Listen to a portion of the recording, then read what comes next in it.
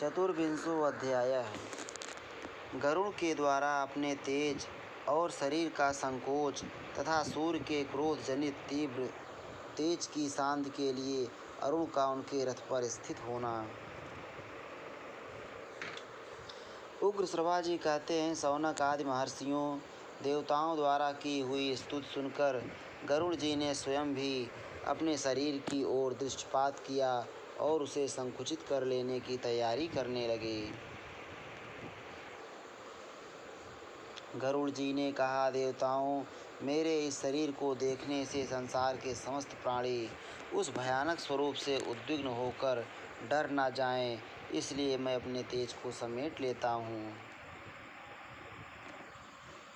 उग्र श्रवाजी कहते हैं, तदनंतर इच्छा अनुसार चलने तथा रुच के अनुसार पराक्रम प्रकट करने वाले पक्षी गरुड़ अपने भाई अरुण को पीठ पर चढ़ाकर पिता के घर से माता के समीप महासागर के दूसरे तट पर आए।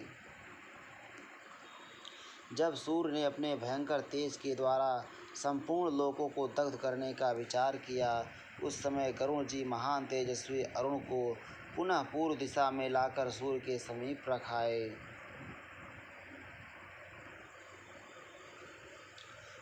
रुरु ने पूछा, पिताजी, भगवान सूर्य ने उस समय संपूर्ण लोकों को दग्ध कर डालने का विचार क्यों किया? देवताओं ने उनका क्या हड़प लिया था जिससे उनके मन में क्रोध का संचार हो गया? प्रमति ने कहा, अनघ, जब राहु अमृत पी रहा था उस समय चंद्रमा और सूर्य ने उसका भेद बता दिया, इसलिए उसने चंद्रमा और सूर्य से भारी वैर बांध लिया और उन्हें सताने लगा। राहु से पीड़ित होने पर सूर्य के मन में क्रोध का आवेश हुआ। वे सोचने लगे, देवताओं के हित के लिए ही मैंने राहु का भेद खोला था, जिससे मेरे प्रति राहु का दोष बढ़ गया। अब उसका अत्यंत अनर्थकारी परिणाम दुख के रूप में अकेले मुझे प्राप्त होता है। संकट के अवसरों पर मुझे अपना कोई सहायक ही नहीं दिखाई देता। देवता लोग मुझे राहु से ग्रस्त होते देखते हैं तो भी चुपचाप सह लेते हैं। अतः संपूर्ण लोकों का विनाश करने के लिए निस्संदेह मैं अस्ताचल पर जाकर वहीं ठहर जाऊंगा। ऐसा निश्चय करके सूर्यदेव अस्ताचल को चले गए और वहीं से सूर्यदेव ने संपूर्ण जगत का विनाश करने के लिए सबको संताप देना आरंभ किया। तब महर्षिगण देवताओं के पास जाकर इस प्रकार बोले, देवगण, आज आधी रात के समय सब लोगों को भयभीत करने वाला महान दाह उत्पन्न होगा, जो तीनों लोगों का विनाश करने वाला हो सकता है। तदनंतर देवता ऋषियों को साथ ले ब्रह्मा जी के पास जाकर बोले, भगवन, आज यह कैसा महान दाह जनित भय उपस्थित होना चाहता है। अभी सूर्य नहीं दिखाई देते तो भी ऐसी गर्मी प्रतीत होती है मानो जगत का विनाश हो जाएगा।